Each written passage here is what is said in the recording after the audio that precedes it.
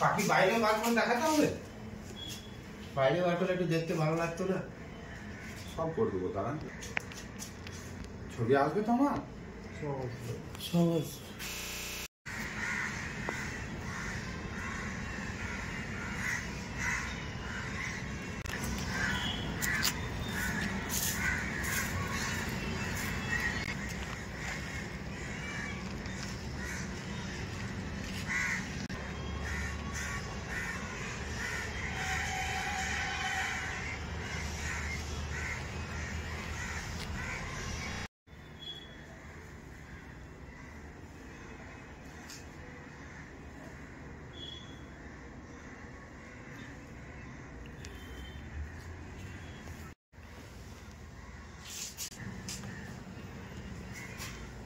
কি হলো?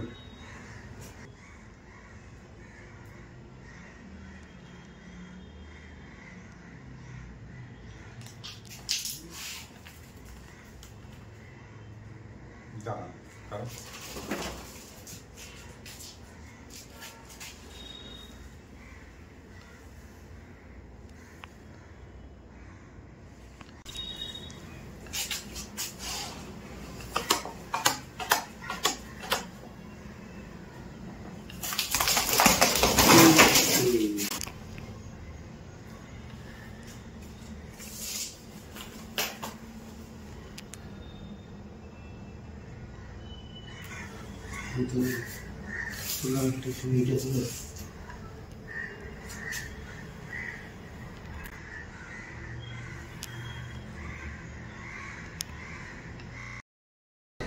গতকাল একটা সোর্সে মাধ্যমে একটা খবর ছিল যে একটা গাড়ি করে কোনো ওয়াইল্ড আর্টিকেল বা ওয়াইল্ড অ্যানিম্যাল কিছু একটা আসতে পারে।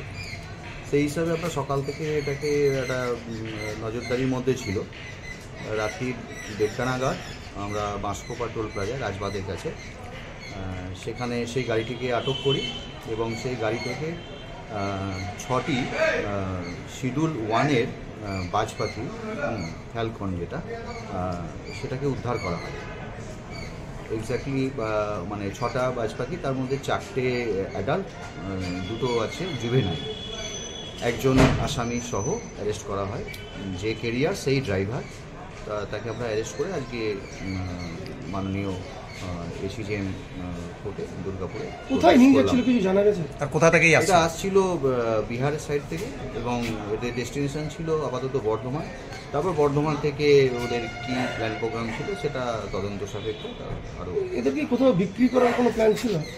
অবশ্যই সেরকম কোনো ইলিগাল ট্রেডিংই তো হচ্ছিল। আচ্ছা, চোরা শিকারীরা কি আবার কি সজাগ হতে শুরু করেছে মনে হচ্ছে?